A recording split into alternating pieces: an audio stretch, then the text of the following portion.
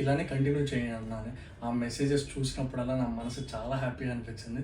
And బాధాకరమైన విషయం ఏంటంటే, నా వరకు నేను చాలామందికి రిప్లైలు ఇస్తున్నాను. కొంతమందికి ఇవ్వలేకపోతున్నాను. వాళ్ళందరికీ చెప్తున్నాను సారీ. అండ్ ఏంటంటే, ఆ ఒక్కొక్క మెసేజ్ చదువుతుంటే నేను పడిన కష్టం మొత్తం మర్చిపోయేలా ఉంది. నేను నిజం చెప్పాలంటే 5 మంత్స్ బ్యాకే కంటెంట్ క్రియేషన్ అనేది స్టార్ట్ చేశాను. ఫస్ట్ 4 మంత్స్ అంటే ఫుడ్ వ్లాగ్స్ చేశాను. అందులో 1K ఫాలోవర్స్ వచ్చారు.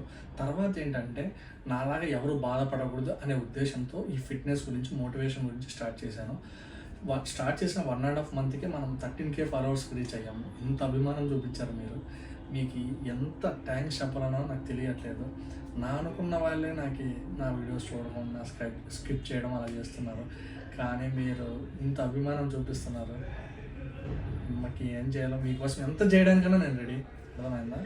ఇంకోటి ఏంటంటే, నా వల్ల ఒక్కరికి యూజ్ ఉన్నా నేను చాలా హ్యాపీగా ఫీల్ అవుతాను. అలాంటిది ఎంతోమందికి యూజ్ ఉంది. ఎంతోమంది నా వల్ల చేంజ్ అవుతున్నారంటే నాకు ఇంకేం కావాలి చెప్పండి. ఇంకా ఎనర్జెటిక్గా చేస్తాను. అండ్ ఇంకోటి ఏంటంటే, చాలామంది ఏంటంటే పర్సనల్ ట్రైనింగ్ ఇస్తారా అంటున్నారు. అవును, పర్సనల్ ట్రైనింగ్ ఇస్తున్నారు. కావాలంటే మీరు DM చేయండి. ఇప్పటివరకు మన పేజ్ని ఫాలో కొట్టకపోతే మాత్రం వెంటనే ఫాలో కొట్టండి. ఎందుకంటే నా వల్ల ఎంత యూజ్ లేకపోయినా ఎంత యూజ్ ఉంటుంది. ఖచ్చితంగా నా అనుకో నేర్చుకుంటారు. చాలా ఈజీగా వచ్చాయి కదా బ్రో 13K అని అంటారు. కానీ దాని వెనక ఎంతో కష్టం ఉంది. ఎన్నో ట్రోల్స్ కూడా ఉన్నాయి నా ఫ్రెండ్స్ దగ్గర ఇంకా. కాబట్టి కష్టపడ్డాను, కన్సిస్టెన్సీగా చేశాను కాబట్టి వచ్చింది. ఏది ఈజీగా రాదు కదా. ఉంటాను మరి.